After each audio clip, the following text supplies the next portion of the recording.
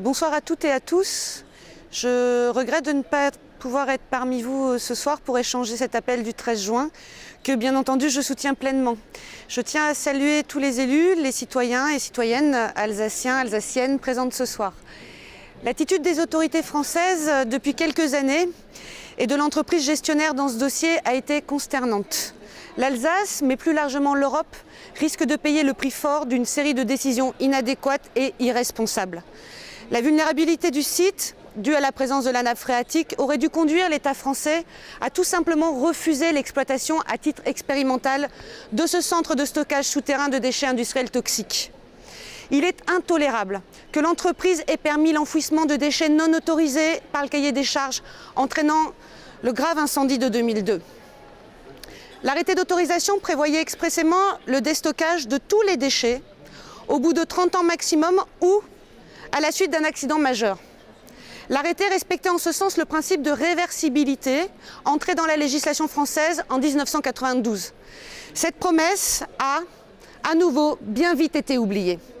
Il aura fallu 10 longues années de mobilisation des associations, de la population, des élus, pour qu'enfin l'État prenne à la fin de l'année dernière position.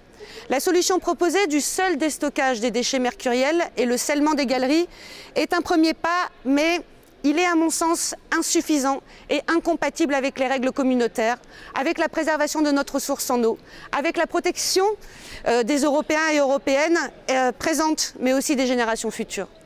Aujourd'hui, l'ensemble des associations, la population, les mineurs, les syndicats souhaitent le retrait total des déchets.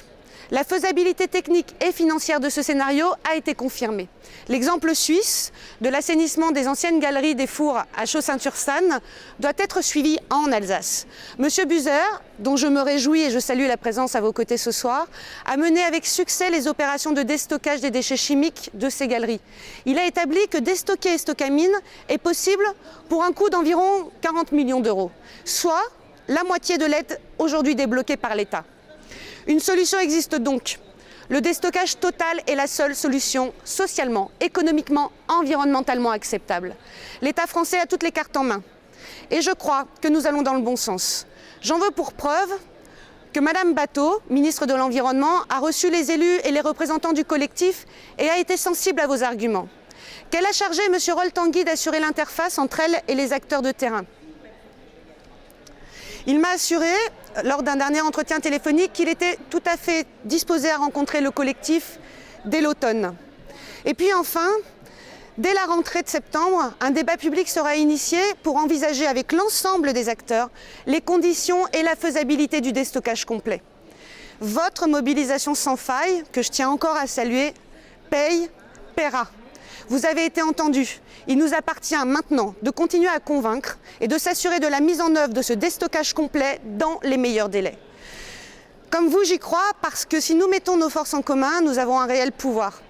Madame la ministre semble, au vu de tous les éléments, être de plus en plus convaincue par la nécessité d'un déstockage total. C'est une bonne nouvelle, c'est votre travail. Soyez donc assurés de mon soutien, encore, mon soutien le plus total, en tant que parlementaire européenne d'Alsace, pour peser de toutes mes forces auprès des instances nationales, mais aussi des instances européennes. Je continuerai à relayer votre combat et je serai à vos côtés jusqu'au bout. Merci.